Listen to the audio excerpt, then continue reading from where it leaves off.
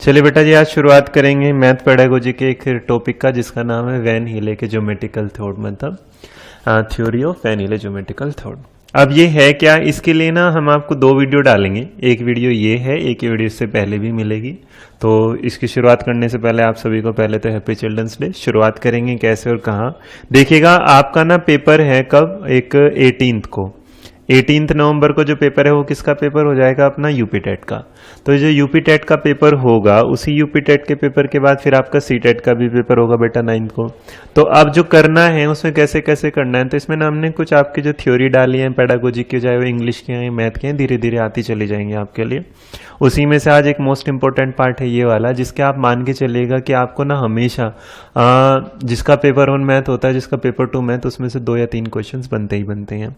और ये बनते कैसे हैं, लेकिन ना इसमें कंफ्यूजन हो जाती है। तो इस कंफ्यूजन को लिए ना पहले हमने इसका जो पढ़ा था थ्योरी वाला पार्ट, तो पहले आप इस वीडियो को देखने से पहले वाली वीडियो जरूर देख ले, जिसका क्या था पार्ट 1। ये बेटा क्या है, पार्ट 2।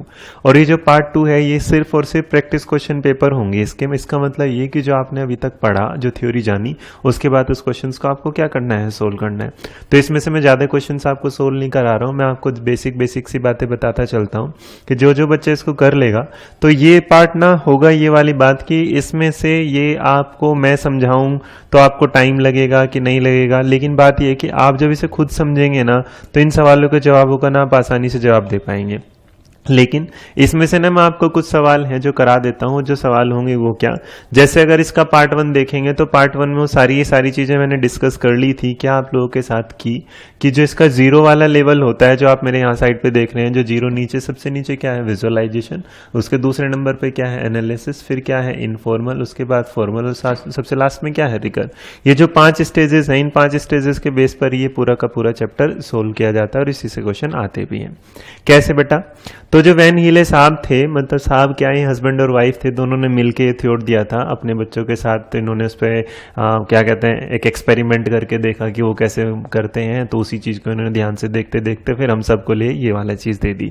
देते टाइम इसमें जैसे ऑप्शन में क्या है, विजुअलाइजेशन, एनालिसिस है, उसके बाद क्या लिखा है, इनफॉर्मल लिखा होगा, फिर क्या है, फॉर्मल।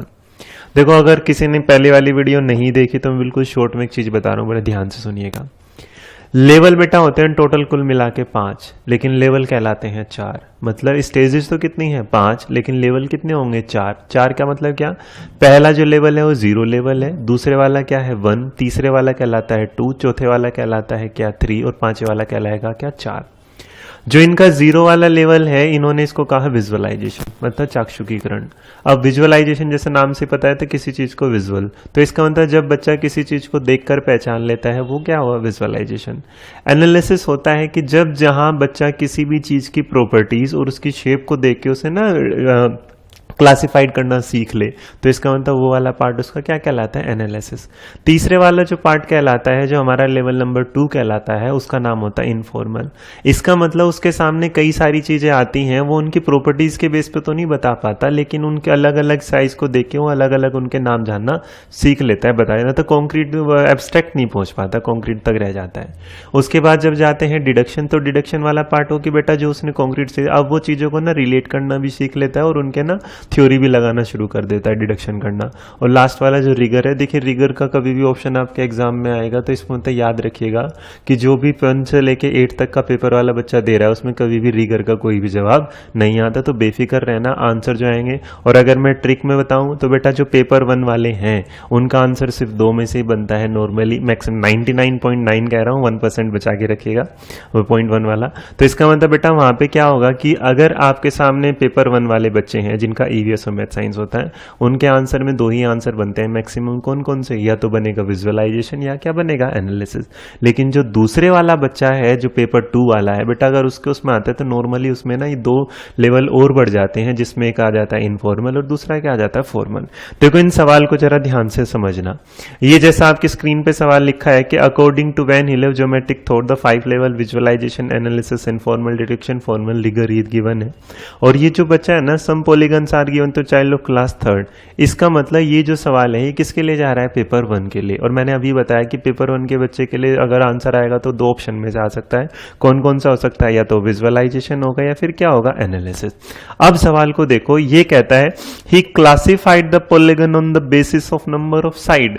बेटा बस याद अभी बताया था मैंने, देख के तो नहीं बता रहा, क्या बता रहा है, उसकी साइड के बेस पे। और अगर साइड के बेस पे या प्रॉपर्टीज के बेस पे है तो इसका मतलब बच्चा विजुअलाइजेशन में नहीं है, बच्चा हमेशा किस में होगा, एनालिसिस। तो इसका जो जवाब बनेगा वो क्या बनेगा, ऑप्शन नंबर बी।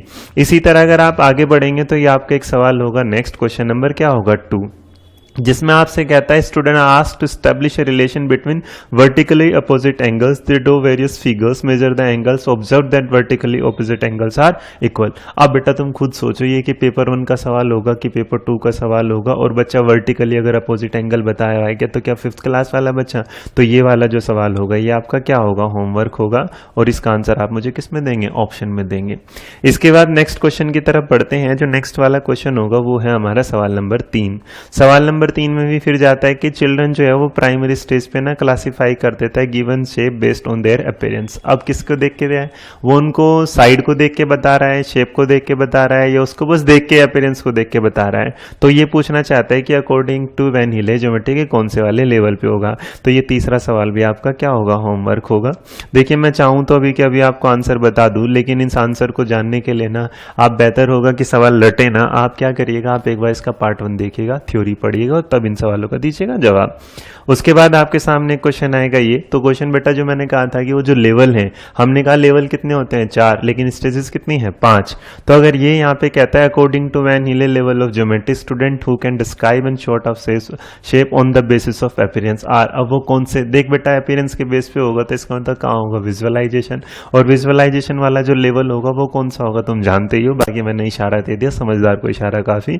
तो ये 4th नंबर का सवाल भी आपका क्या होगा, इसका मतलब इस पूरे चैप्टर को या इस पूरी वीडियो को पढ़ाने के दौरान मेरा मतलब ये नहीं कि मैं आपको आंसर बताऊं, बस आप चीजों को समझो और उसके आंसर ना कमेंट बॉक्स में दीजिएगा। नेक्स्ट की तरफ बढ़ते हैं, क्वेश्चन नंबर क्या होगा 5। ये according to Van Hiele level of geometric thought the 5 level. अब बेटा सवाल तो है, बस एक बार ना ये बड़ा कंसर्न रखना कि ये जो सवाल है ना ये कौन सी क्लास के बच्चे के लिए। तो ध्यान से देखोगे तो कौन सी क्लास के लिए, 7th। और मैंने शुरू में ही शॉर्ट ट्रिक बताई है कि कौन से बच्चे के लिए कौन सा ऑप्शन जा सकता है। तो ये जो चारों पांचों सवाल हैं, एक का जवाब मैंने दिया है, बाकी 4 का आप मुझे देंगे। और बढ़िया से तैयारी करिएगा, जो ना समझ में आए प्लीज कमेंट बॉक्स में जरूर डाल दीजिएगा, वहां उसमें ऑप्शन दे देंगे। इसका पूरा PDF भी इसके साथ अवेलेबल होगा। तो थैंक यू सो मच, पढ़ते रहिए, बढ़ते रहिए। एक बार फिर बाल दिवस की ढेर सारी शुभकामनाएं, और हमारे चैनल पर बने रहने के बहुत बहुत धन्यवाद। मतलब इतने कम टाइम में आप लोगों ने इतने ज्यादा सब्सक्राइबर दिए, ज्यादा मतलब हमारे लिए तो इतने भी बहुत हैं। आपकी मर्जी है तो करिएगा, नहीं तो नहीं। अब जो समझ में आए, लेकिन अगर ना समझ में आए तो प्लीज उसे नीचे कमेंट बॉक्स में जरूर डालिएगा, ताकि अगली बार हम उसे और इम्प्रूव करके भेजें। तो तब तक के लिए खुश रहिएगा, पढ़ते रहिएगा। Have a good day, bye bye, take care, bye.